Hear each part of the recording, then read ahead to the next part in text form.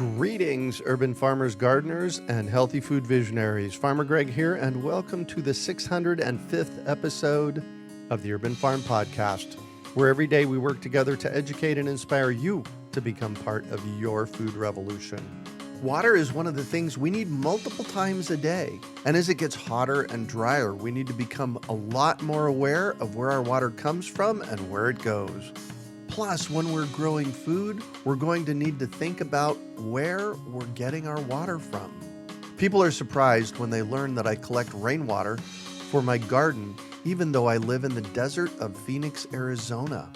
What most people don't know is that you can harvest a lot of water.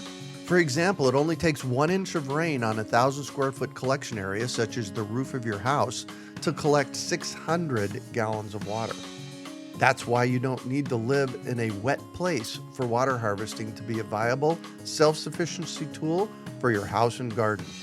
If I can do it in Phoenix, then you can do it no matter where you are, especially if you live in a wetter place than where I do. Learning to harvest your own fresh water means you don't have to rely heavily on your area's municipal water supply. You can be in control of the inputs into your garden and stop watering your plants with chemically treated water.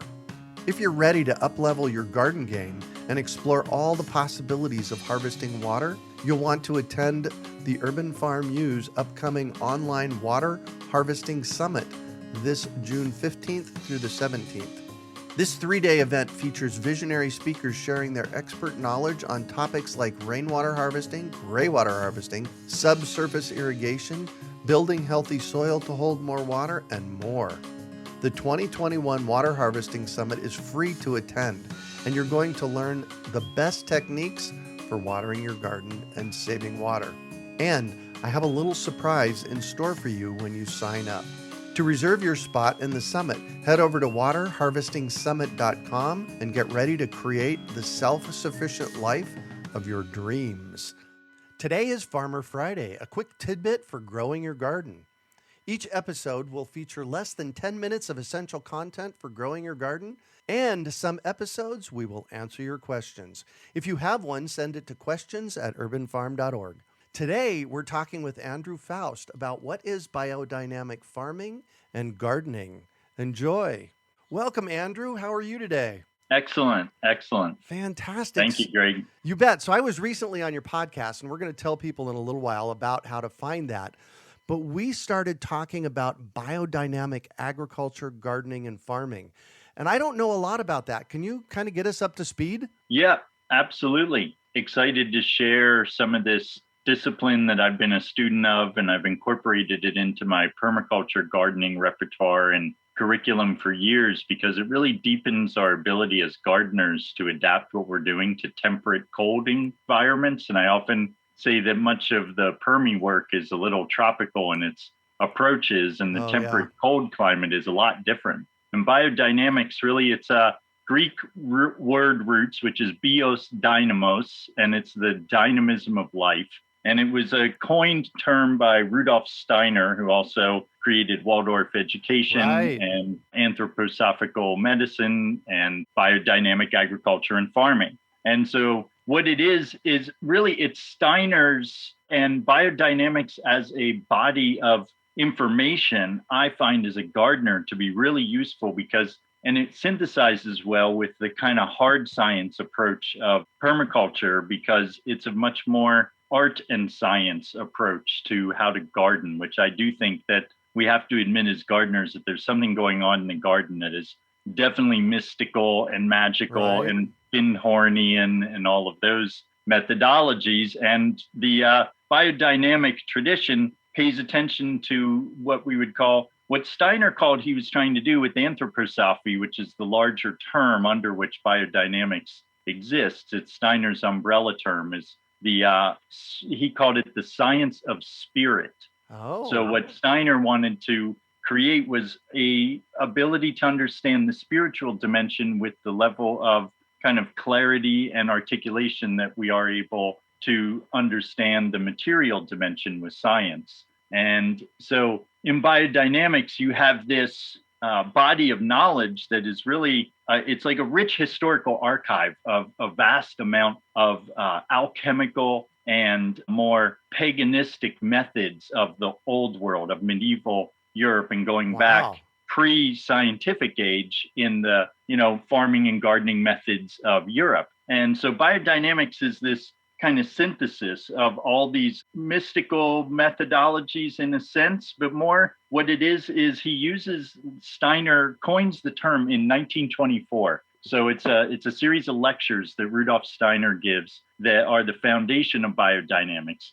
From there, you have a number of other very important thinkers and writers in it who add most of what is associated with biodynamic gardening. Since today we're just going to give people a little bite of this, I want to get into some of the details that our gardeners might find particularly fun to play with. And one of them is a planting calendar. Now, the biodynamic plant approach is in itself a little bit of a more, like, shall we say, abstract way of talking about garden plants, but in a sense, actually, it's a little bit more practical, because I mentioned to you when we were talking yesterday, Greg, that this is one of my favorite aspects. They break plants as gardeners into what aspect of the plant are you wanting to harvest. Oh, and interesting. It's particularly, so they're saying, are you growing a root crop? Are you growing a fruit crop?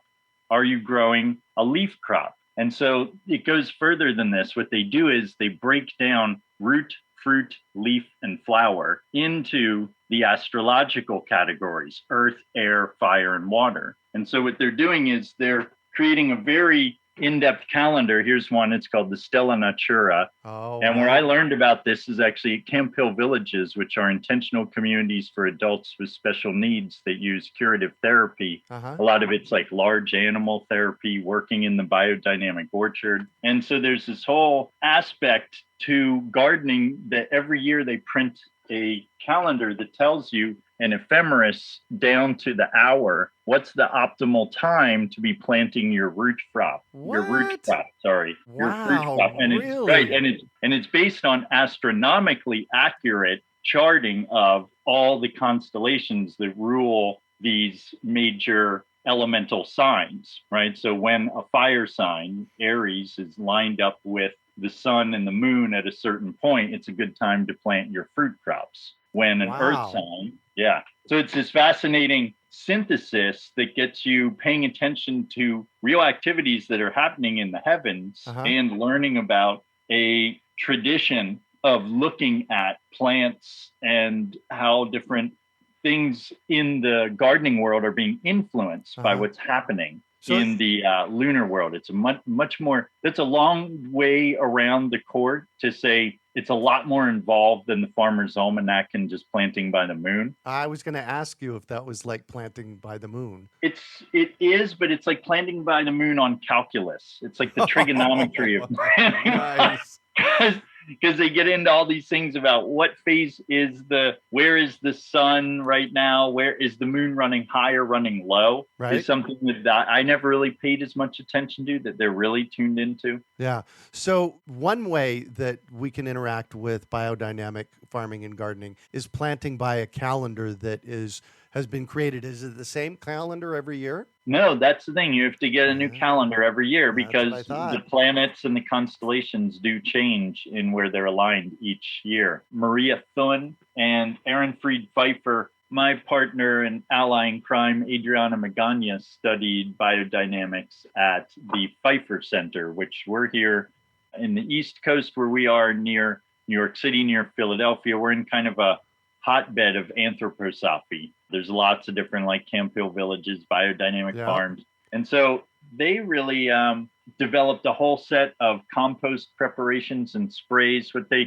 biodynamic methods, and what I want to be sure what I'm wanting to leave some of your listeners with too, is to mention that there's an entire biodynamic farming and gardening association. Wow. So if they do a search for this Biodynamic Farming and Gardening Association, they'll find that there's all these cool little books about herbal remedies for disease or pest problems in your greenhouse. I just find them to be some of the most creative, holistic, again, to avoid a lot of words, beyond organic methodologies to dealing with garden problems and garden issues. So it's a very holistic tradition with a lot of history to it. Yeah. So the cool thing is the Biodynamic Association is at biodynamics.com. How simple is that? Yeah. Awesome. And they've become much more developed than they were, let's say, 20, 30 years ago. They were a little bit in the closet back then. And it was because they didn't want to get run out of town as witches, I used to say. But there's a little truth in it because they're very witchy. Well, and, one of the things I think I remember. In a great way. Right. Yeah, exactly. One of the things I remember thinking or learning about at some point was that they take bone meal, and there's a certain amount of those natural items that get ground up and put in bags in the ground. Isn't there some? That's right. So the part you're talking about are the part to dive into to get the best sense of what's so unique about this whole approach that they have. They're called the biodynamic preparations, and there's about 6 or 7 of them. Got it. And yeah, exactly. Steiner kind of prescribed those as one of the things, Rudolf Steiner is described as a clairvoyant who is channeling things from the astral plane.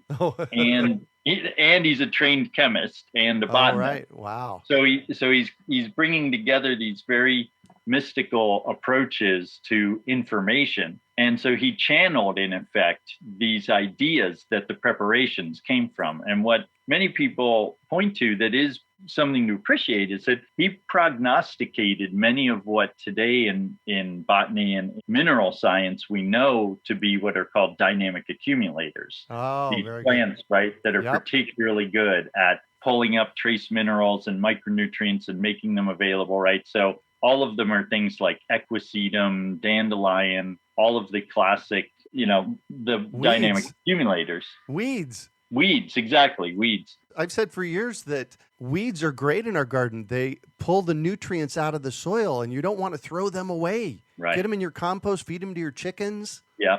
So the biodynamic preparations, they'll take a cow horn from an old dairy cow. On the biodynamic raw milk dairy herds, they let the cows have all their full horns. Yep. They don't do any AI on them. They all naturally breed. And they take an old cow, when they slaughter her, they'll take the horn and they'll pack it full of cow manure, and then they'll bury it in the fall so that it gets all of what Steiner called the cosmic perturbations from outer space going into the cow manure. Yeah. And check this out. They did studies to show that it works, to find out, right? They were like, is this just like, why put it in the cow horn, right? So they did a plastic yogurt container and they did a cow horn. And lo and behold, there were billions more microflora and microfauna in the cow horn than there were in the plastic yogurt container. Surprise. Wow. So I can tell you're really passionate about biodynamic farming and gardening. What do you love most about it? Really, I like the way it deepens our attention to details in the garden. Yeah. It has this rich historical dimension to it. I mean, let me also say what I think some of its weaknesses are to give some qualifiers. All right, cool. It is a little Eurocentric in its plant palette and in its whole idea of how to farm and garden. Yep. Many of the weaknesses of biodynamics benefit from the strengths of permaculture. They tend to, as a farming and gardening tradition, be a little bit microscopic in their focus on just the farm. Yep. And what permaculture brings, as you know, is a more systems ability to say, look at a farm or look at a garden, say, well, where's your water supply coming from? And how is this working as a layout for stormwater management? And so infrastructure and things of that nature in a biodynamic operation, that isn't going to so much be what their strong point is. Wow.